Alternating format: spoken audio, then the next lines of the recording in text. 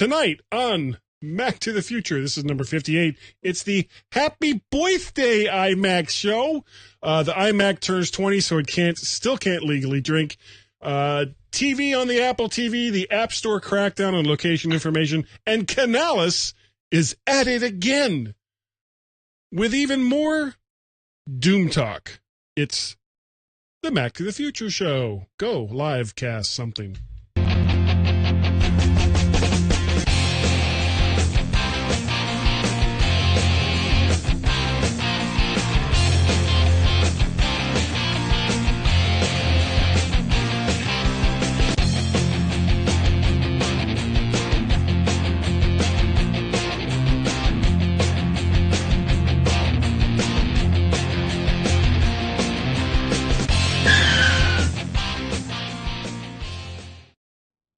And Ecamm Livecast still doesn't have the transition between different scenes that I really, really, really want them to work on, but they refuse to.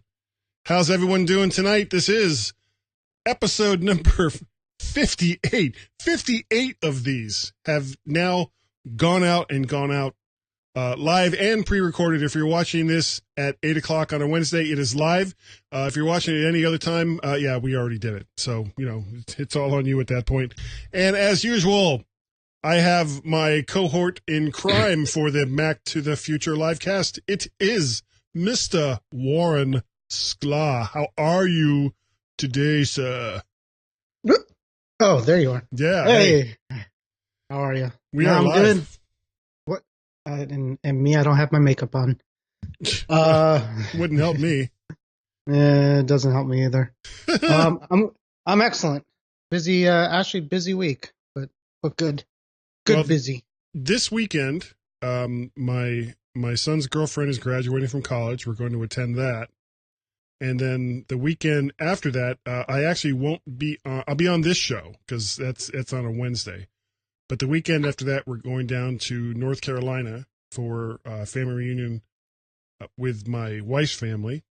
And we're spreading it out. We're actually doing 4 days because my wife is doing some genealogy stuff on the Mac, of course. I think it's Family Tree or something like that. I'm not sure what program it is.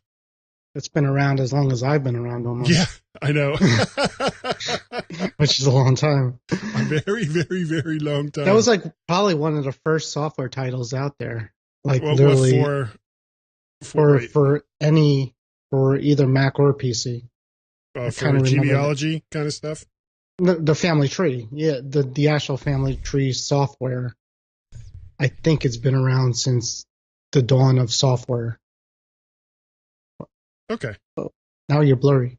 Okay. No, you're good. Yeah. Well, because I'm moving stuff around. I just noticed that I was off to way over here, or sometimes way over there. And it was okay, I got to fix this because my ADD kicked in. We got a bunch of people with us tonight. We have Frank Petrie and Marcus Benjamin, and Frank Petrie and Marcus Benjamin, John Honos. Hello, Mr. Honos. DB, which I think is somebody I know from work. Is that somebody I know from work? Hello, DB. And of course, Frank Petrie also says hi, everyone, because he does. That's what he does. But we have a bunch of stuff for you guys tonight, and we may do these a little out of order in the show notes. It depends on how quickly they both go. What I may do, Warren, is save the Apple TV stuff for after the break and do the iMac story and the App Store crackdown, and if we have time, maybe the story here from Canalys. But to start us off, it is D. Hey D, this woman thinks that I am the world's biggest and oldest 3-year-old. That's DB. DB, yes. And I would love to disagree. But is that a girl or a boy? It's a girl. I work with it. It almost sounds like a robot name. Like R2D2. R2DB. R2DB. R2DB. No, I could not do my job. I could not do my job without her. So she's never allowed to leave for as long as I work for the company that I work for. Well, hi, D. To start off with, we're going to talk TV1. about, what was it? May 6th, and I have here May the 6th, which makes no sense at all. May the 6th of 1998 was the release of the original iMac. So it's just had its 20th birthday, one more year to go before it can legally drink. The outside of the iMac has changed tremendously over the years, but its reason for being has not. Here, put that up there real quick. She says, "Hi, Warren." Hi. Is she? Yeah, right there. It's up there on the screen. It'll be there in a minute. We got the 10-second delay. I see. Yes, you are. There. Yeah. Okay. So I hate the reason, and there were all-in-one computers before the iMac. Apple obviously had many of them. The original Mac, the Mac Plus, the SE, a bunch of them in the Performa 500 series. These were all-in-one computers with built-in monitors. But there was something about the iMac and its colorful candy shell that kind of set it apart from all the other computers that Apple had put out that were all-in-ones before it. Were you using Macs at that point in '98, or did you start after? Nah, I started after. Okay. I was, because I started off in '87 with a Mac Plus, so I was Okay. I was definitely on board. Though I didn't get an iMac for a long time. Yeah, I was on PC. My first, around the time that you were doing that, I was on a IBM PS1, so probably a little bit, maybe in the early '90s, so a little bit different. Still adjusting my camera. There we go. Okay, that's better. But I've seen them. I've seen the iMacs, the first ones. I've seen the ones after them. I've seen them all.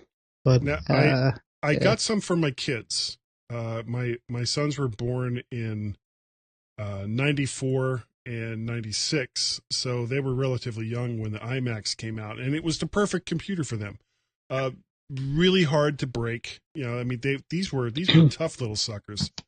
But when the iMac first came out, there were a lot of complaints about it because it was so different from all the other computers that not only Apple had ever made, but basically what anyone had ever made. Some of the common complaints about the iMac, and most of them seem kind of laughable today, people complained because it didn't have any serial ports. No serial ports. And at the time, Apple's serial ports were called ADB, and it was what you would plug in a modem, you would plug in your keyboard, your mouse. And it was this little round plug that had kind of a square. Hard to explain, but it was just those were the low-powered, do-anything ports that you would plug peripherals into. It also didn't have a floppy drive, and that was like huge at the time. People freaked out because it didn't have a 3.5-inch floppy drive. They complained that it was too colorful. And remember, the original iMac was just one color. It was the Bondi blue. The 5 rainbow colors would come later, and before it was all said and done, there would also be pretty much a space gray one. There would be one they called Flower Power. I don't know if you've ever seen. I remember that one. one. I've seen that. Yep. And there was one more that had like a weird it was like polka dotted or something like that. Maybe somebody in the chat room will remember what that one is. And they had funny names. It was like Bondi Blue. It wasn't just blue. It was like Bondi Blue and Raspberry, I think, was one of them. Well, there was a reddish pink one. But they weren't just called. It's like how gray is now space gray. It wasn't just like blue was blue. Yeah. Can't have blue. It has to be something special. Something blue. Yeah.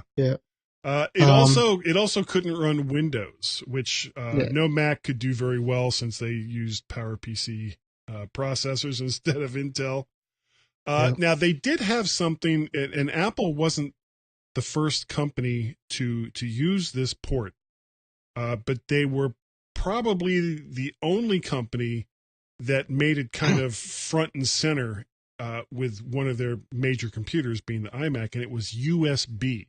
At the time, USB, which was a standard put out by Intel, and it still is. It's an Intel standard. Just nobody was really using it because it was just too new, and it was like, well, we like serial ports. We're just going to use serial ports, and it took the iMac and probably a couple of years before USB became kind of standard across the line. And all those serial, and the weird thing is, all those serial ports that very quickly disappeared from the Mac line, and for the most part disappeared from the PC line. But there are still some computers being sold to this very day, Windows computers, that still use, I don't know what they even call those serial ports. Is that RS? It's RS something. 232. 232. Is it 232? Okay. It's either 232 or 323.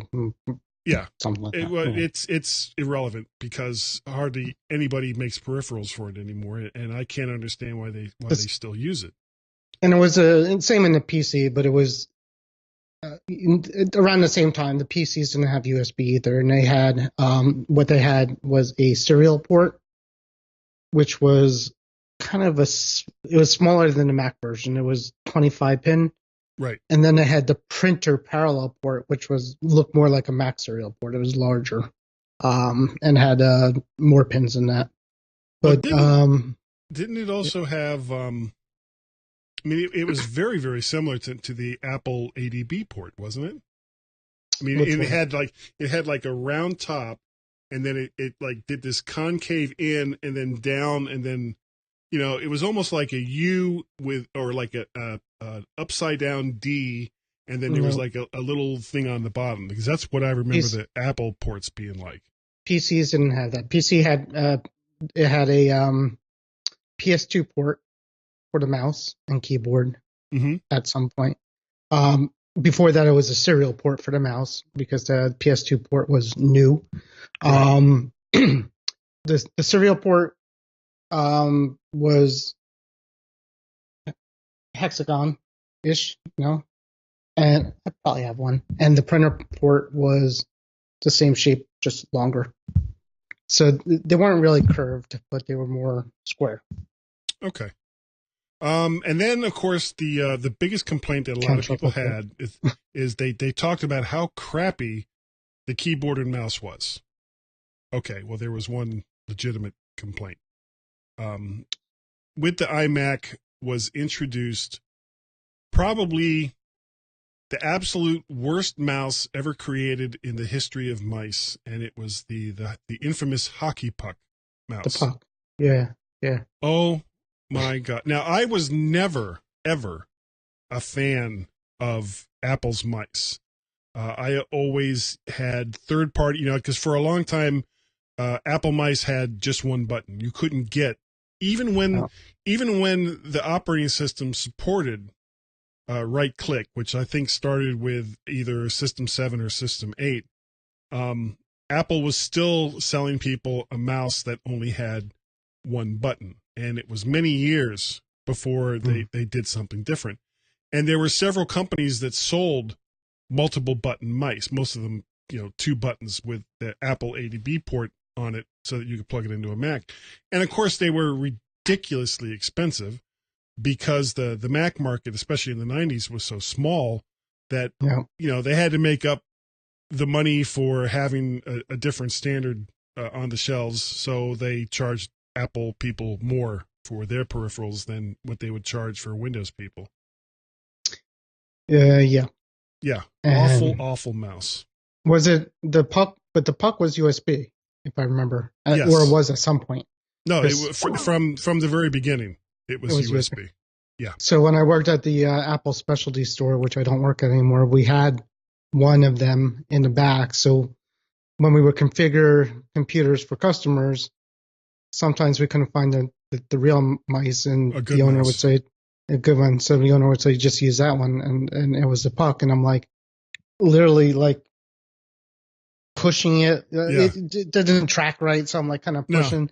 No. It was hard to tell which way was up. I mean, even though, the cable coming out of it was your orientation, it was just poorly designed, poorly implemented.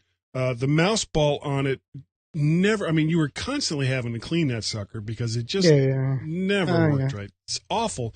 And, you know, and like I said, from the very beginning with the Mac Plus that I owned in 1987, within a few weeks, I went out and spent even more money than I'd already spent on that computer to get a different mouse for it, because that mouse was just, it was unusable, just awful.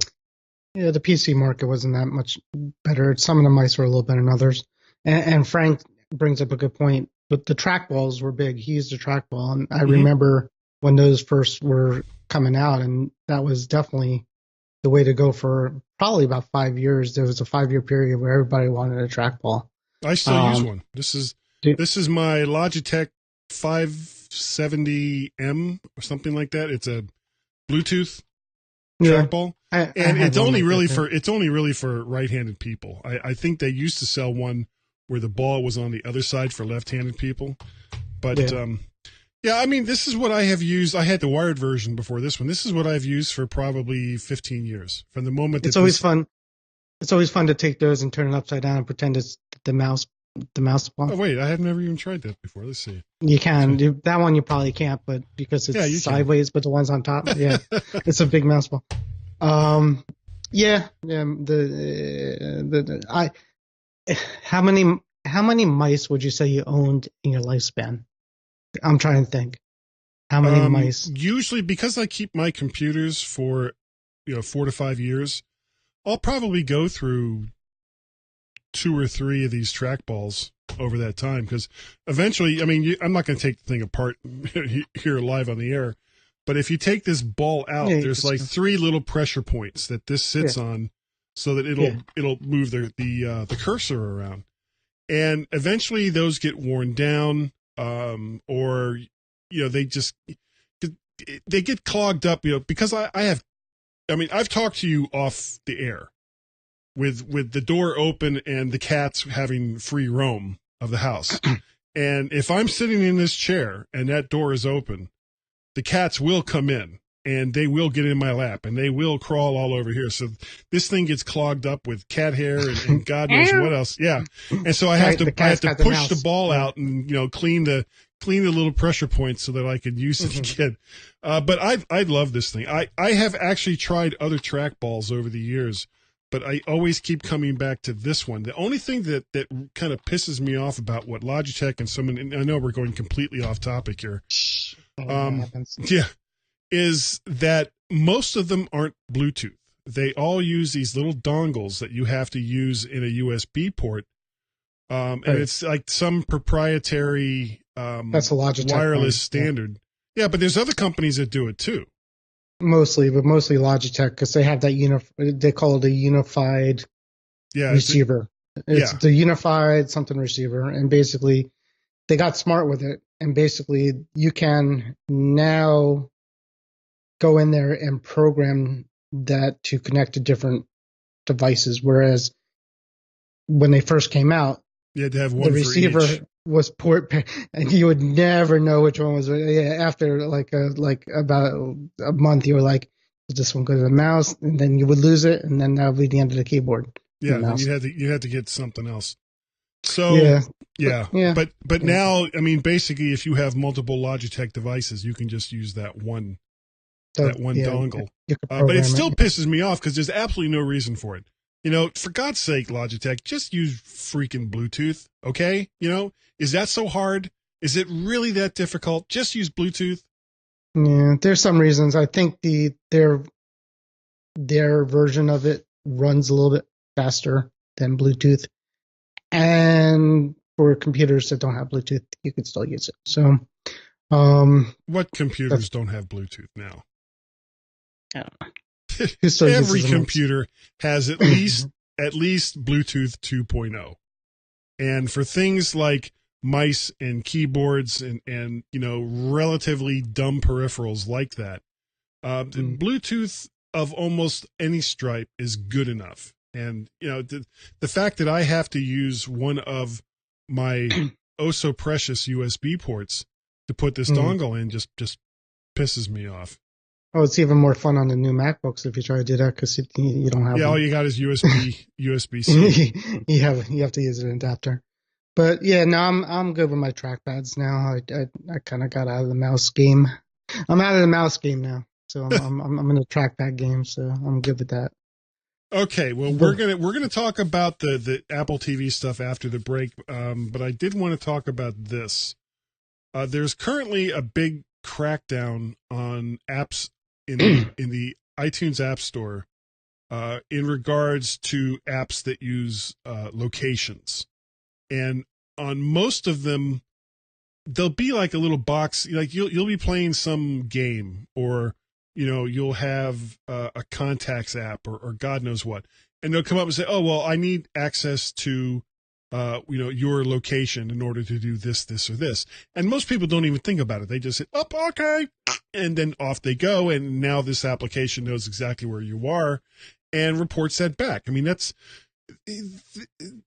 app developers will use almost any excuse to get access, to be able to get access to more information about you. And it doesn't matter whether you're on iOS or you're on Android or you're on the Mac or PC.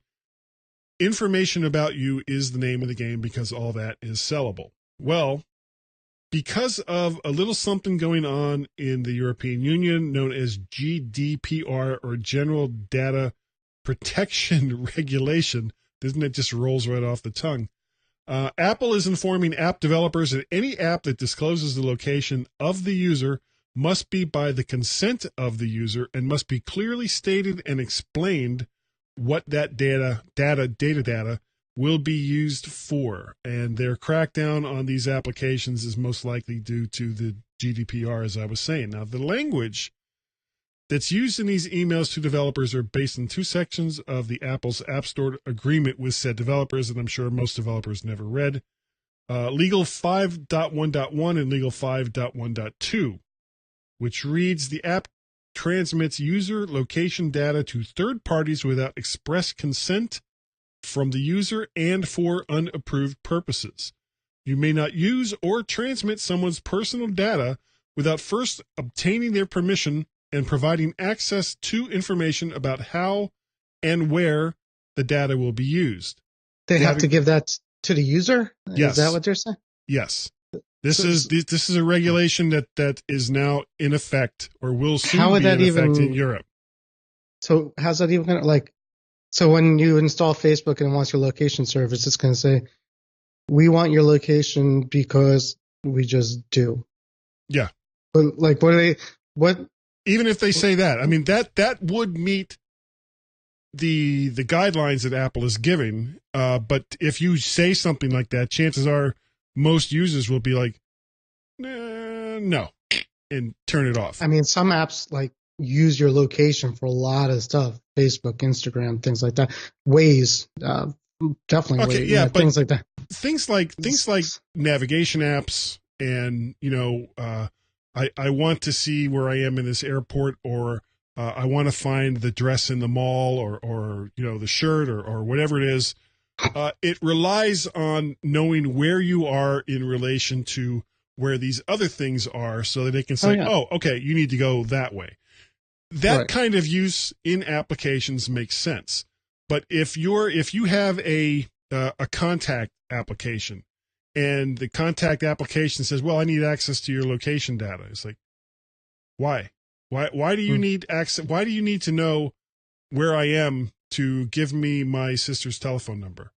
I just think it's funny that navigation apps still need to tell the user why they need their location. It's like, well, it has to be across the board. I know, but I'm just picturing them saying really?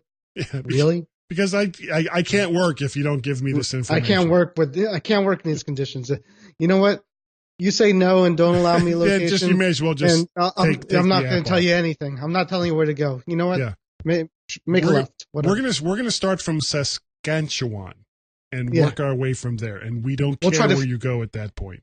We'll try to figure out where you are. And then It also says data collected from apps may not be used or shared with third parties for purposes unrelated to improving the user experience or software hardware performance connected to the app's functionality.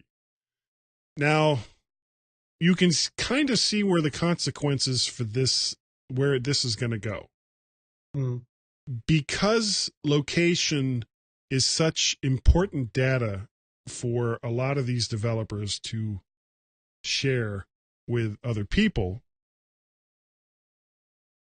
if you take this to its extreme, where basically based on this, the general data protection regulation in the European Union, where they can't collect any information on you at all without your consent and without telling you what they're going to use the data for, a lot of the apps that people currently use and enjoy for free will probably have to go away or be changed in such a way that it will constantly interrupt whatever it is that it's doing to say, okay, I need access to your camera. I need access to your microphone. I need access to your location. I need access to this. I need access to that. And then tell you why before it can actually do it. Whereas they can get away with it if they basically say, you know what, we're not going to rely on selling data to other people to make money from this application. So we can no longer use the free method in order to get people to use our app, at which point people will have to pay for these apps. And where the prices go from there, there's no way to know. There's a lot of things that could go wrong here. I mean, if they're telling you the reasons why they're asking for this and they can't share it, or if they tell you they're going to share it and people just say no, most users are not going to read it anyways. They're just like, right. Okay, whatever. User agreements. Yeah. But then the people who start to deny the permissions on an app that, tells you why it needs a permission, you still say no, then it may not work. And then you're going to wonder why it's not working, or may not do what it needs, it's not that easy to realize why things need your location until after the fact. And you're like, yeah, that's like Starbucks app. That's a good example. It tells you where the next Starbucks is. When you order, it tells you, when you put an order in on the app, it links you to your closest Starbucks. Yeah. So the normal user is going to install that. And if this comes up, it's going to say Starbucks needs your location so we can tell you where to bring your friggin' coffee and where to pick up. And they're like, yeah, no, they don't need that, because they're going to be paranoid and all that. And then it's not going to work. So I think the developers are going to have issues with it because it's not, it's going to cause problems for them. I also think developers will, maybe if they don't give them location access, they're going to hinder making the app. That or just hinder the app to the point where it's completely unusable unless you turn on location services. So, the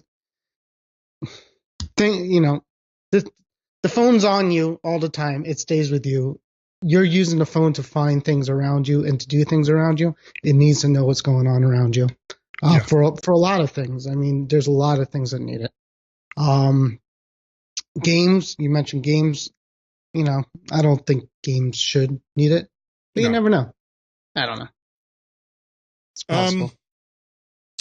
Very quickly before we take a break, according to this article in Canalys.com, in the first quarter of 2018, smartphone sales dropped by 13% in Europe. If you go to the show notes, you can find out, all the stuff they put in there. But if you break it down, basically Samsung sold the most phones, but most of them were low-end crap smartphones as compared to their top of the line because they couldn't make enough of them in order to do that. Yeah, let me go ahead and put that link in. I got it. I put it there. Apple. Now I don't understand this. Apple outperformed the market with a 5% drop.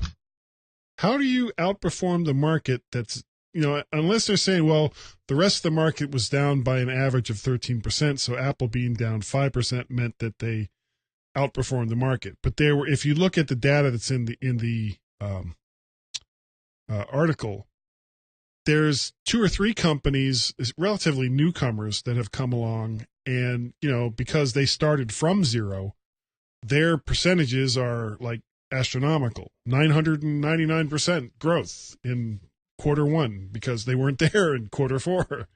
Yeah. So apparently everyone else sold less with less profits, but they are less doomed than Apple because Apple, even though they outperformed the market and made most of the money in the market, are still doomed.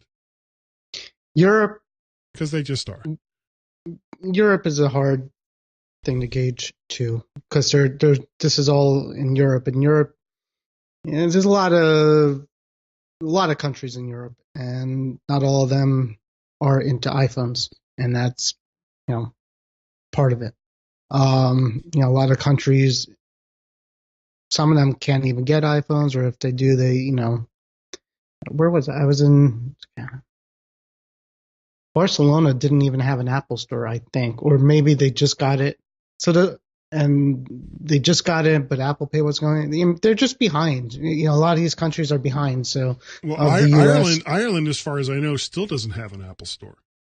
I don't. Yeah, there's a few of them that still don't have an Apple store. I know, like even France. They have authorized dealers. They do, but not official Apple stores. Right, but they're behind. Like every time there's a rollout of something, like an iPhone 10, Apple Music, Apple Pay, you'll always say it's always the same. It's US, UK, comes out first, maybe another country, I can't remember who it is, and then these other countries roll out afterwards. So a lot of them are still not on par with UK and US. So I wouldn't panic with the 13% in Europe. Europe is, even in the UK when I lived out there, it wasn't the non-iPhone handsets were still more popular than they are here. I see more people with non-iPhones than I do in the US. I see a lot more people with iPhones than I did there. They're still selling very well there, but I think they also get their plans are different. They get more devices than we do over there. Sony makes some beautiful devices that you can't get here. Yeah. For Android, their Xperia devices, they're like waterproof and great looking, and people were exporting them from the UK to here to get them here. So I think they get more choices than we do on the Android side. So it's a little different. Do you really need more choices on the Android side? There's I don't even want to go down that rat hole. Yeah. Then again, I lived in the city too, where people were,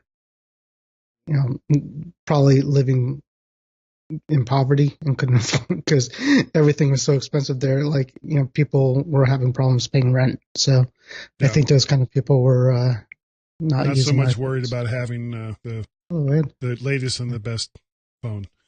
Exactly. Okay, we are going to take a little break to tell you about Ed's book. And when we come back, we are going to talk about Apple TV and Apple TV. We'll be right back.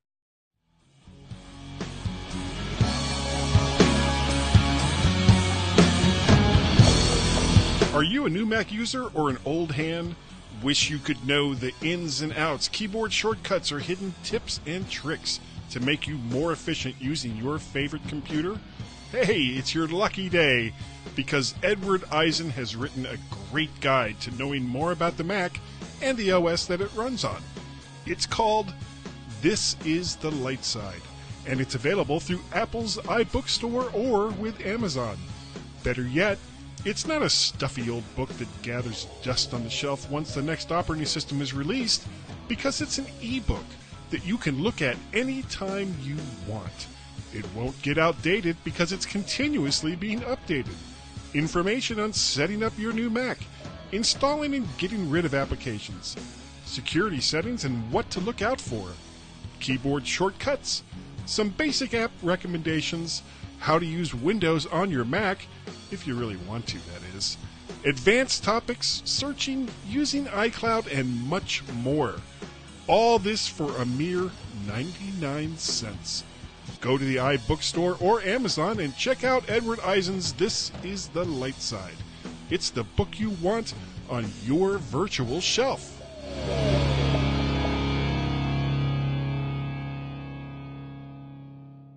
Buy my book. Okay, we're back. Buy Ed's book. Buy my book. It's not that expensive, and it's a good book. I highly recommend Ed's book. And no, he's not paying me to say that or to run this ad. I just think it's a good book.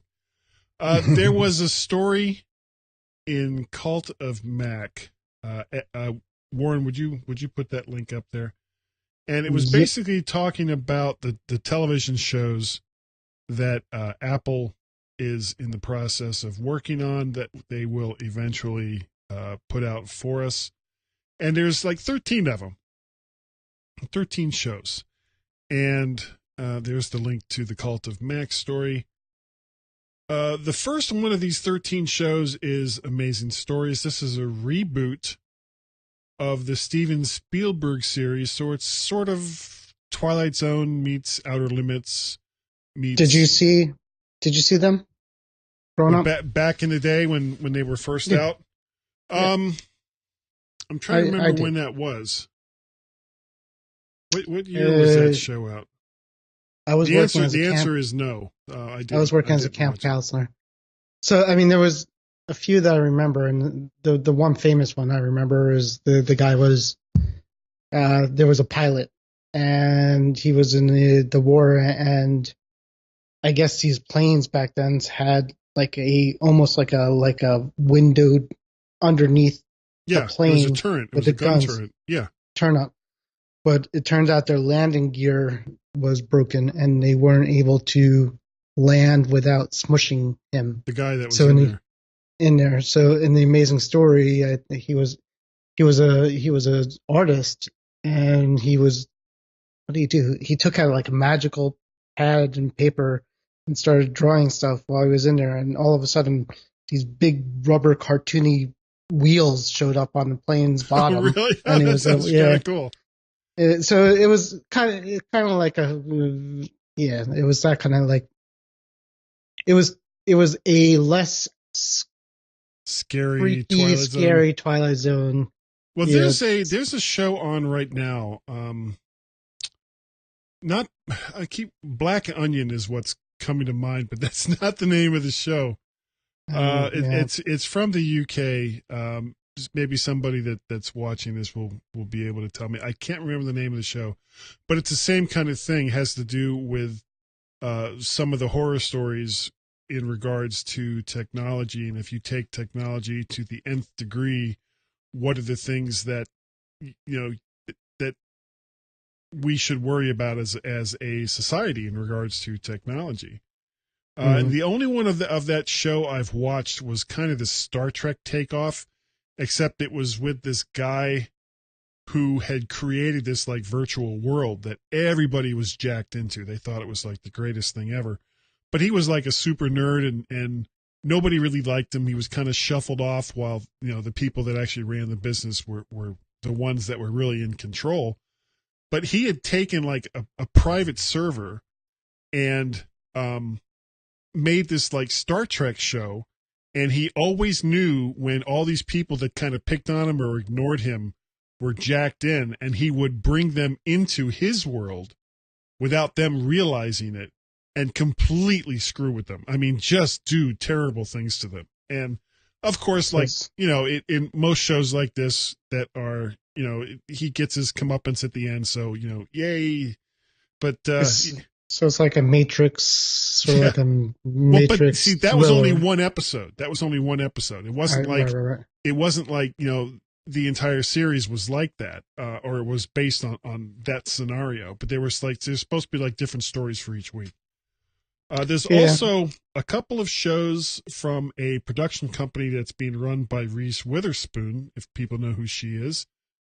And she's creating a comedy. There's one called The Morning Talk Show. And it's a comedy around the goings-on behind the scenes of a network morning news show. And Apple has enough faith in this that they've ordered 2 seasons of 10 shows each. So this one will be around for a while. Now, Is that the one with also Jennifer Aniston's in that one? I think. I think so. Yeah. I think that's what it was because I think she was doing one with Jennifer Aniston. I think that's gotta be it. Yeah, kind of like Sports Night, Frank.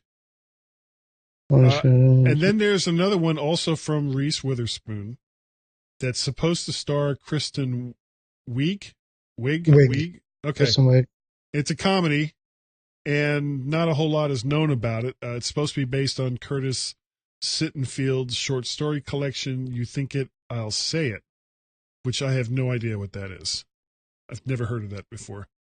Maybe I never heard of that. Maybe it's a young person thing. It sounds British.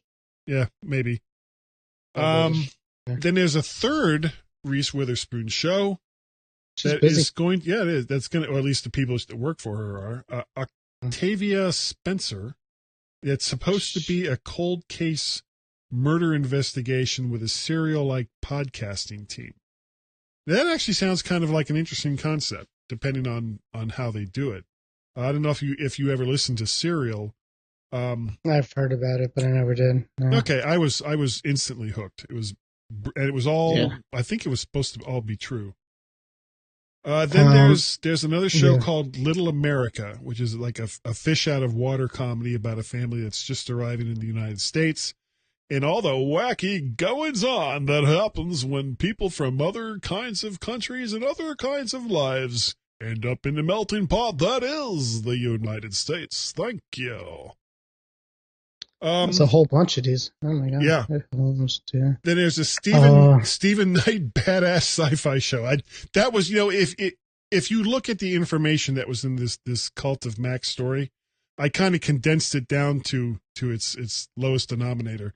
And badass sci-fi space opera was the only thing I could think of that would kind of cover what that was supposed to be. And then there's also another attempt at making Isaac Asimov's sci-fi trilogy Foundation. And if they stay relatively true to the source material, this could actually be pretty good.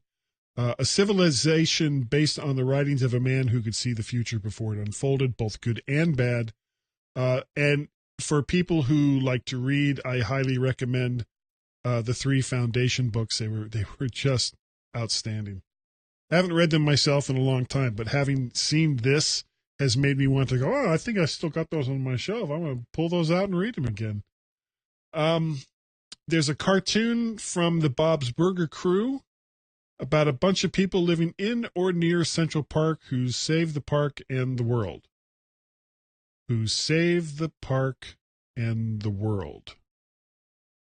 Okay. See that?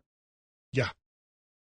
Swagger, which is supposed to be the early life of NBA star Kevin Durant.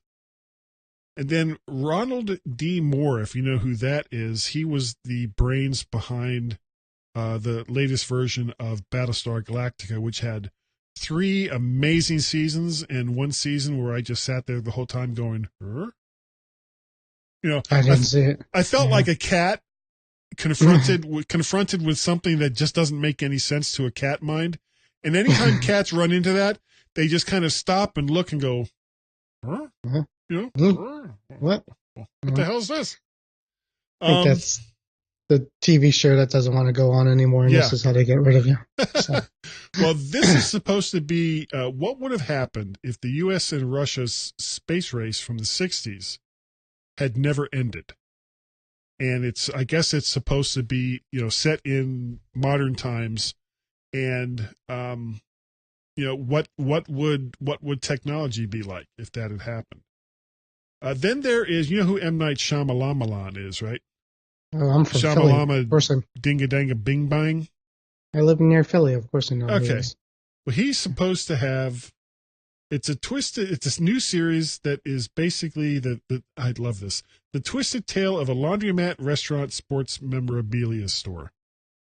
When my wife and I were dating, we saw in the movie theater Sixth Sense. Mm-hmm. And my wife realized before the whole movie theater that he was dead.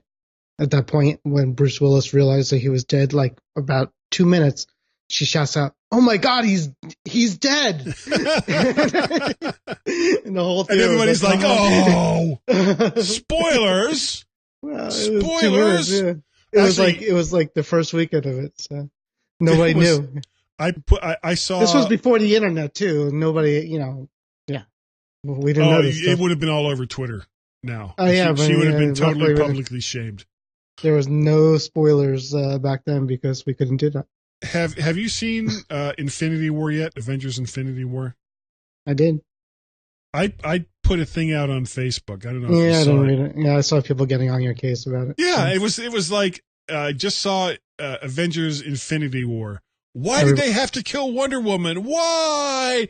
And I figured people would get the joke, but no, people were like, "Hey, I haven't seen it. Come on." And I mean, I was astounded. It was like, seriously? I think people are just overly sensitive. Like it's become like almost like a running joke now about the spoiling of it.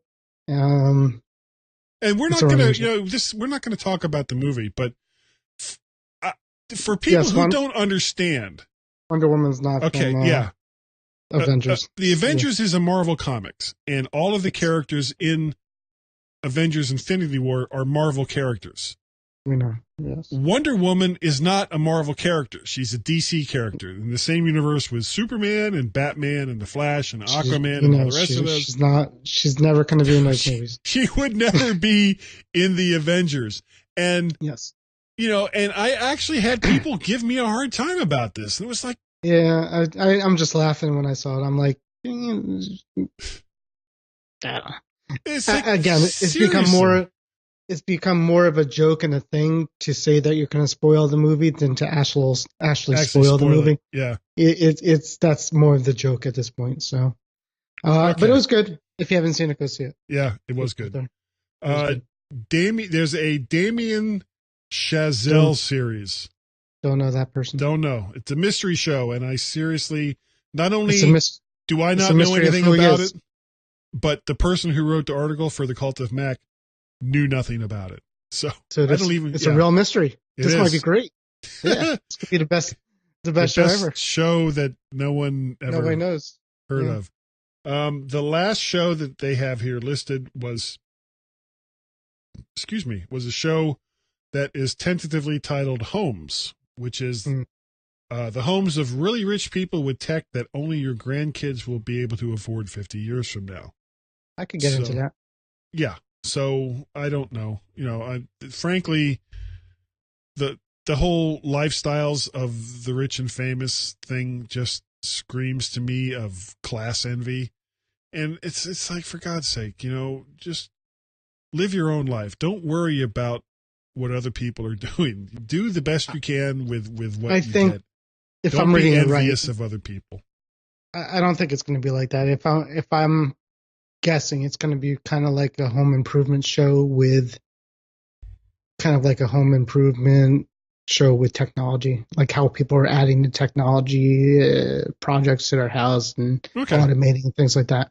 And I could get behind that. That would be fine. I think that's what they're going for, and because I think I saw something about it.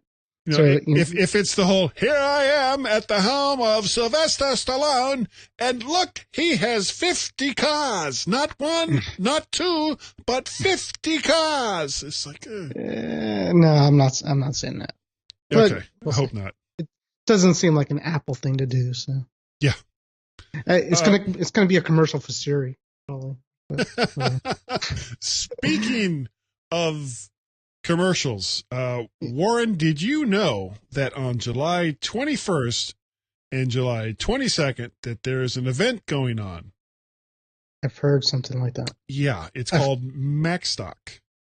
It's going to be in Woodstock, Illinois, which is just outside of Chicago. I have gone to this thing for the last 3 years. It is an amazing event. Lots of great people. You really get the feel of what it was like to be at the Macworld Expo, even though this is kind of its own thing. We have a coupon code. Now, the list price to go to the conference, this is for both days. This includes lunch. This includes the Saturday night gig that Barry Falk is putting on. If you go for the entire weekend, it's the Friday night gig. There'll be stuff going on Sunday after the last speaker. There's a movie that they're showing. I mean, this is going to be so much entertainment for such a low price. If you look at other conferences, other tech conferences, you're talking thousands of dollars just to go. And there's no guarantee that you'll be able to see all of the various things that are going on without paying more money. And they won't see Guy. No, you won't see me there. They don't invite me. Well, no, if you don't go to the Mac stock, you won't, Yeah. I'm selling Mac stock to see you.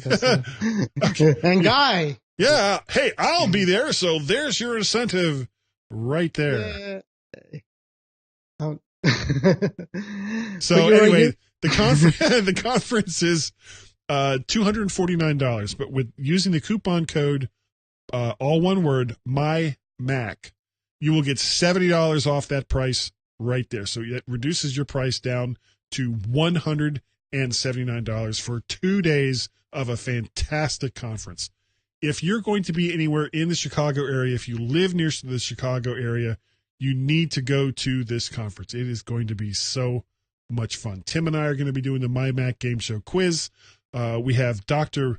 Mac, Bob Levitas is giving the keynote. There's going to be deeper dives on a lot of the talks that are going to be given. And there's just, if you're a Mac user and a Mac fan, there's just no reason not to go. So, Warren, you're on Facebook in the Mac to the Future all the time. group. I never leave. And that's all the contact information you've ever given me. Sorry, let me rephrase that. That's all the contact information that you'll let me say here on the air. Because I actually do have your email address and your telephone number, but I'm not going to dox you. I'm a good guy. If people want it, I give them my address. I'm not hiding anything. If people want to come by and knock on my door, go for it. I don't care. I just don't think anybody really needs to get a hold of me. Okay. What am I going to tell them? But I'm on Facebook. Yes. Well, go. If you'd like to get a hold of me, you can reach me. My email address is guy@mttfgo.com or guy@mymac.com. I am Mac Parrot on the Twitters. We have a Skype telephone number that you can call in and use, and we will play it here on the air if anyone ever uses it for that purpose. It is area code 703-436-9501. That number again is 703-436-9501.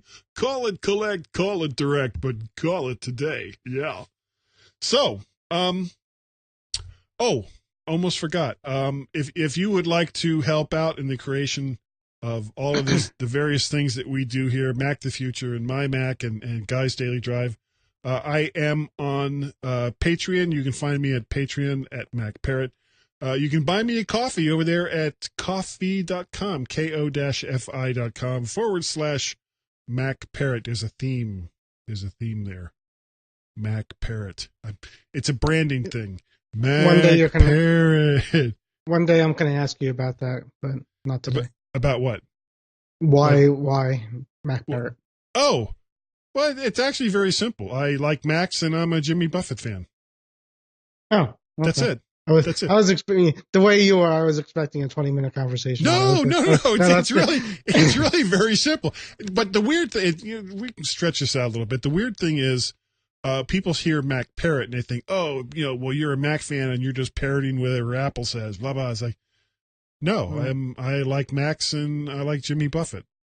So when I heard I'm like, that's it. Maybe a pirate. Maybe Steve Jobs said a pirates thing. I don't know. I was. No, it's it's actually very simple and relatively boring. So I like Jimmy Buffett. Yeah, me maybe too. not as much as you do, but I like him. I've seen him several times in concert. I would love to see him more often, but it's almost impossible to get tickets. You're what do they call you? Buffett head? Parrot head. Parrot head. That's yeah. Okay. I have a really good time. I love it. And if anyone who hasn't gone to a Jimmy Buffett concert, go soon because he's not young. No, he's not a young man. He's not a young man.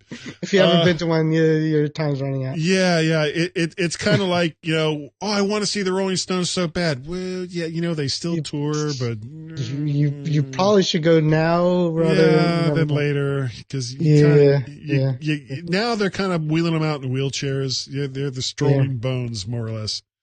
If you want to see Taylor Swift, you might be able to wait a couple of years and get to. I'm just saying, she's young girl. Yeah. She'll be around for a while. It's not like Madonna, She's still touring. She was doing it last year. Yeah. Or Cher. Cher's in her 70s and she's still touring. Kiss is getting ready to go out for another tour, and they have been around since 73. I think they're coming up on their 45th anniversary. What's his name? The guitarist. Ace? No, not Ace Frehley. Not Gene Simmons. Oh, damn. What's his? Paul Stanley. Yeah. He's had hip replacement surgery. Yeah, I'm sure they all have. Yeah, and now these are guys in their late 60s, early 70s singing songs like Christine 16. It's like, dude, at some point, just stop, okay? And I'm not saying pick more age-appropriate songs because you are Kiss after all, but really, it's just a little creepy singing songs like that.